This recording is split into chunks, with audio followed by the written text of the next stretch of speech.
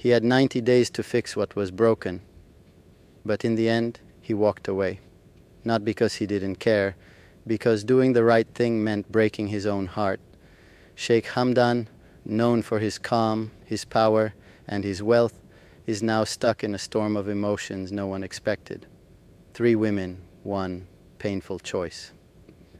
And time running out. This isn't just a love story, it's something much deeper. A first love he never forgot, a marriage that's falling apart, and a woman who understands him better than anyone. But by trying to keep everyone happy, he might have lost everything. It all started with a demand, quiet, firm, and nearly impossible. Sheikh Hamdan was given 90 days to marry his ex-wife Haadiya. Not a suggestion, not a favor, a serious deadline from family, tradition, and pressure he couldn't ignore. But why Haadiya? And why now? She wasn't just an ex. She was his first love, the one who knew him before the titles and responsibilities. They broke up years ago, but people close to them say it wasn't because the love was gone. It was the world around them that pulled them apart. Now, that old love is suddenly back in front of him. But things aren't simple. Sheikh Hamdan is married. He has a life and an image to protect. Marrying Haadiya again would shake all of that, and not everyone is willing to go through it. Still, the clock is ticking, and every second forces him closer to a life-changing decision, and the first person standing in his way is his own wife. Sheikha Thani is more than just his wife. She's also royalty.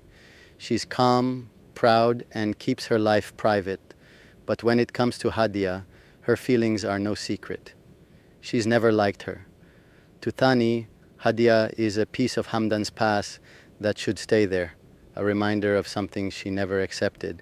So when she heard whispers that Haadiya might return, not as a memory, but as a wife, everything changed. She doesn't usually call without a reason.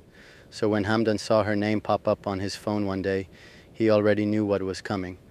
Her voice was calm, too calm. She didn't ask. She wanted the truth. "Where are you?"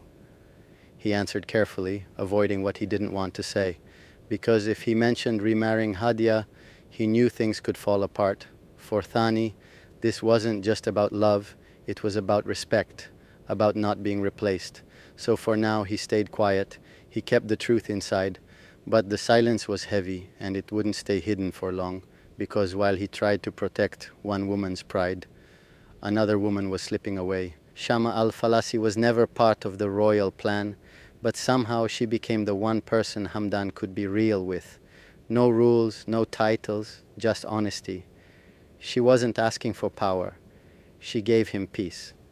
From the outside, she looked calm, like she wasn't worried about the drama around him, but Hamdan knew better. Underneath that calm, she was watching. She could feel something was about to happen. So when Hamdan finally told her everything, the pressure, the deadline, the call from Haadiya, she didn't react. She just listened. And when he finished, she said something that hit harder than he expected. "We need to talk in person." That evening, they sat in her home, drinking coffee in silence. Just the two of them, trying to understand what was happening. She looked at him and said what no one else had. "You can't keep people in your life who don't agree with how you're living. You're trying to protect everyone, but you're losing yourself." She wasn't angry. She wasn't blaming him. She was just being honest. And then she said something that broke him. Haadiya deserves to be happy, and she's marrying someone who's waited for her for 15 years. That one sentence felt like a knife to his chest. He didn't move. He didn't speak. But inside, something cracked, because for the first time he realized he might already be too late. It started with a quiet phone call. Soft voices, kind words, memories of a time that never really left either of them. When Hamdan saw Haadiya's name on his phone, he paused. He didn't know what she'd say, but deep down, he hoped there was still a chance. They talked like old friends, even laughed a little. For a moment, it felt like the past was still alive. But then she asked the question he had been dreading. "When will you divorce Sheikha Thani?" Silence. He took a breath. When he finally spoke, his voice was calm but serious. Even if I marry you again, I can't divorce her. Another silence, but this one felt colder. Haadiya's voice changed. Then I don't want to marry you at all. It hit like a punch. He tried to calm her. Think about it just for a minute. But she was already done. She ended the call. Hamdan stared at his phone, unable to move. The call was over, but the pain wasn't. He didn't lose her in a fight. He lost her in a moment of truth. And that hurt the most. But there was still one more person who hadn't spoken yet. And she had seen this coming all along. Later that same day, his phone rang again. This time it was Shamma. Her voice was soft, but Hamdan could tell she was worried. "How are you doing?" she asked. He didn't answer right away. For a man known for being calm and strong, this moment felt different. But the way she asked, so gently, made him open up. He told her everything, the pressure, the 90-day deadline, the phone call with Haadiya, how fast everything had fallen apart. And like always, Shamma just listened. When he finished talking, she was quiet for a moment. Then she said something he didn't expect. "We need to meet, face to face." That evening, Hamdan drove to her house. It felt quiet, but familiar, like a place where he could finally breathe. They sat in the garden, drinking coffee. No guards, no rules. Just the two of them, surrounded by hard truths. Shamma didn't raise her voice. She didn't try to fix things. She just told him what he'd been avoiding. "Hamdan, you're trying to live a life that's tearing you apart. You want to hold on to Haadiya, but you won't let go of Thani. You're hoping to keep both without losing either. But life doesn't work that way." He looked down at his cup, saying nothing. Then she said something that broke whatever hope he had left.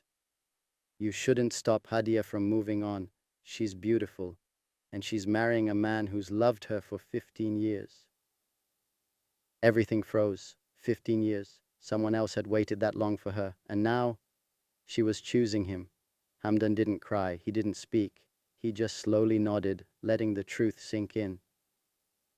Because no matter how strong you are, nothing prepares you for realizing, you were never her final chapter. For the next few days, Hamdan went quiet, not from the world, but from the people who mattered.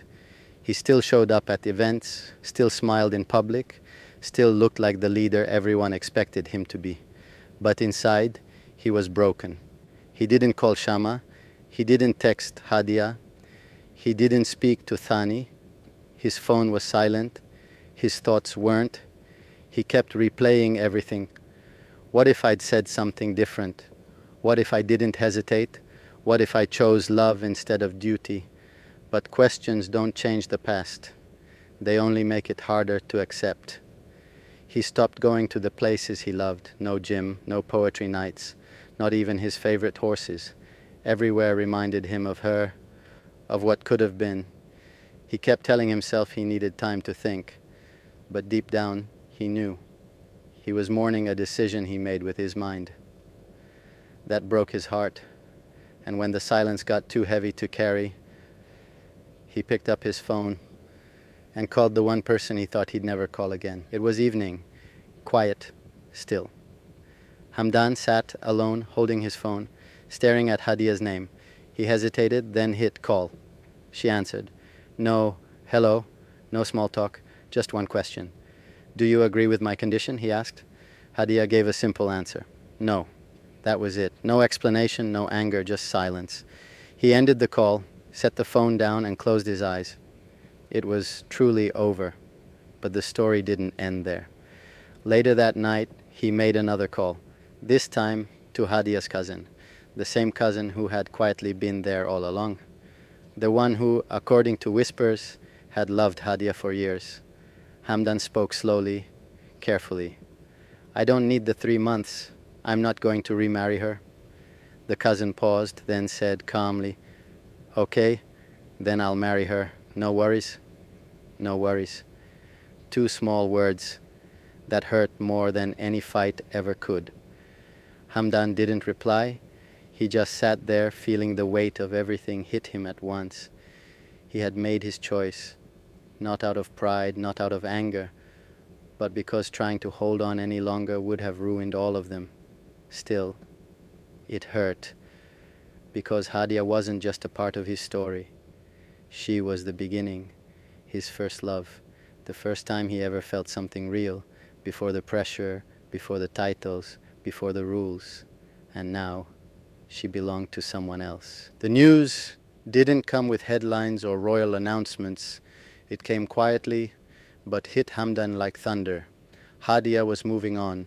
No crowds, no cameras, just a small private wedding with people who truly cared. She was marrying the man who had waited silently, patiently for 15 years.